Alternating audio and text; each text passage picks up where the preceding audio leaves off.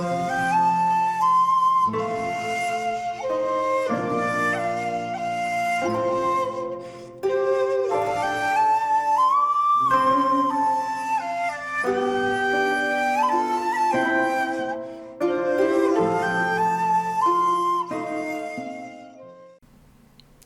there, this is Solitary Ronin from Solitary Ronin Films, and welcome to another episode of In the Frame.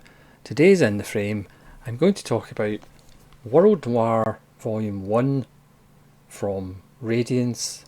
This is another absolutely fantastic box set from Radiance, who have been kicking arse and taking names as far as their box sets are concerned so far, with the Cosa Nostra Frank Nero set, which is absolutely wonderful, from Comedy d'Italiana, which is also fantastic, and the End of Civilization box set, which I've only watched one of them so far, but I'm sure that'll be fantastic. And then this set, World Noir Vol.1, and again, the most exciting thing about this, apart from the films, is the fact that that says Vol.1. So we have a Japanese film, a French film, and an Italian film. Granted, the French film is a Italian-France co-production. One of these films is now the best film I've seen this year. It's an absolute stunner.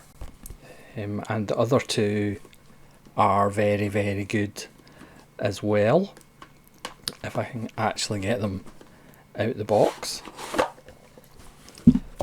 And if you actually hold the box up to your ear, you can hear the sea, especially if you go to the seaside. As with all the Radiance box sets, you do get a lovely booklet as well, with essays, pictures and words, which is rather fantastic. So we get spine number 33 is I Am Waiting from 1957, directed by Koreyoshi Kurihara, starring Yujiro Isahara, the huge star. And then number 34 is Witnessing the City by Edoardo Molinaro, who is actually French even though he sounds Italian, starring Lino Ventura and Franco Fabrizi. And then we have The Facts of Murder, directed and starring Pietro Germi, with Claudio Cardinali, and also co-starring Franco Fabrizi. Now I'm going to go in reverse order. So I'm going to start with The Facts of Murder from 1959, as directed by Pietro Germi, who I'm not that familiar with, actor and director, but I do have his Seduced and Abandoned, which is on Criterion DVD, from 1964, which is rather wonderful as well. Again, it's that melding of Italian comedy, but if you know about Italian comedy, it's usually got a bit of tragedy involved, and a bit of seriousness as well. And as with Radiance releases, you do get the alternate artwork as well. So this film starts with a robbery, which leads to a murder. Again, I'm not going to get into too much detail about these films, apart from saying you really need to get this box set as soon as possible before it sells out, because it's absolutely wonderful.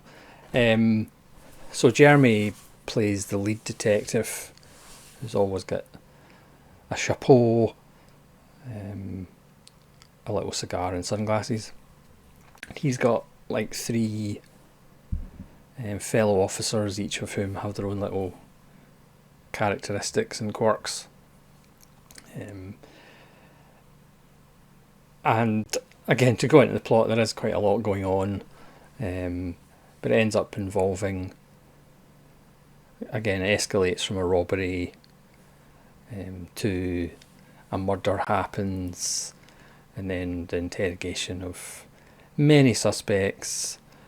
And like all good detective stories, it could pretty much be any of them until we obviously discover who it is. It's an interesting film in the sense it was based on a book, a fairly successful book, but didn't actually have a conclusion. So Jeremy and his other writers obviously gave the film an ending, because people get upset when films don't have endings, for some reason, I don't know why. All three of these films they look absolutely immaculate as far as the prints. The cinematography is gorgeous. Claudia Cardinale stars as the young, I think she was only 21 at the time.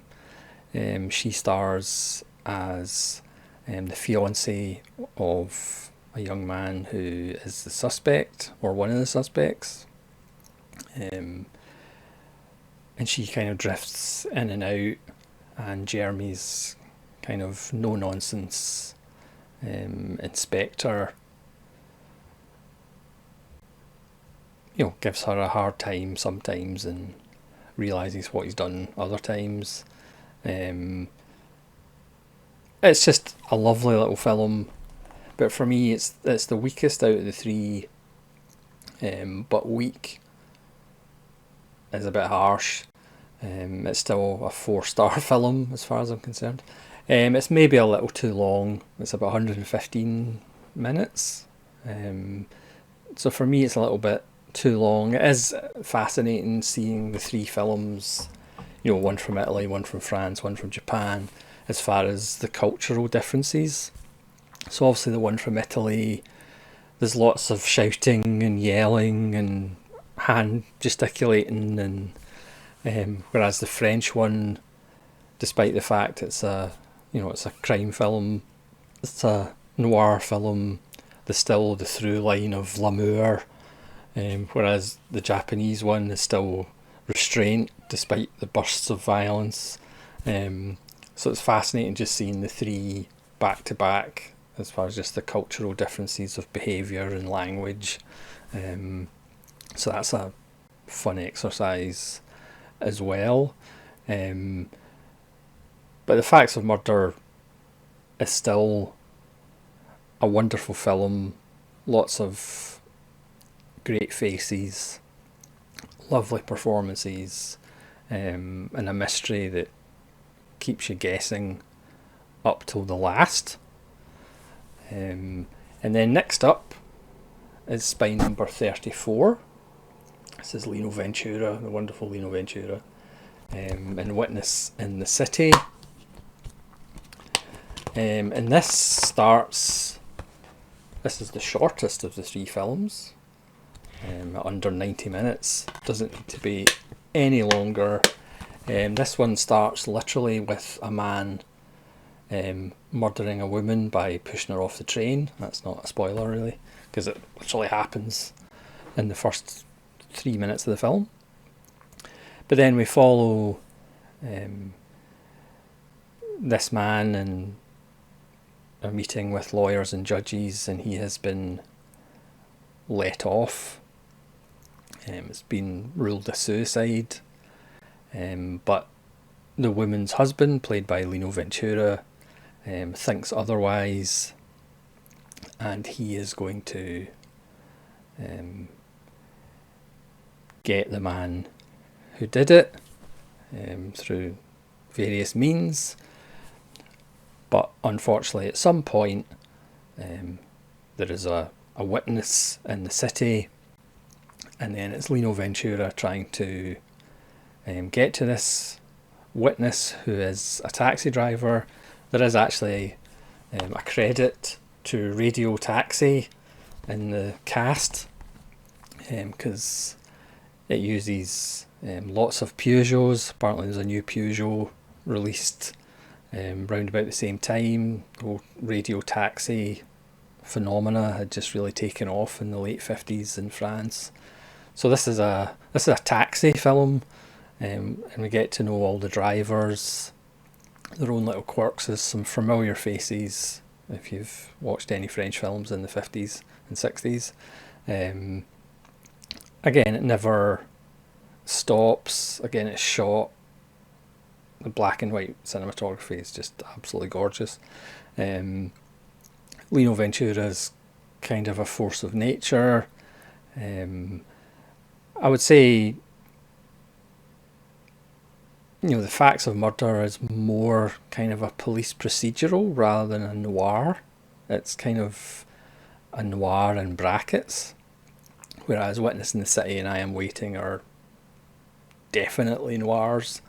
And again, Witness in the City is a pretty simple, linear plot, but it just looks gorgeous, and again, it never stops, and you have Lino Ventura as pretty much a force of nature, and it's just an absolute wonderful film. Mullen Harrow also did A Pain in the Ass with Lino Ventura, which was remade as Buddy Buddy by Billy Wilder.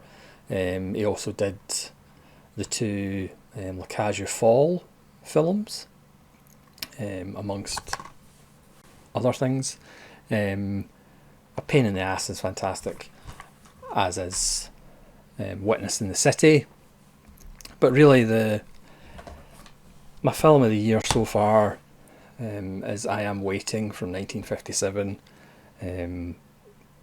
by Kurihara. This is an absolutely phenomenal film.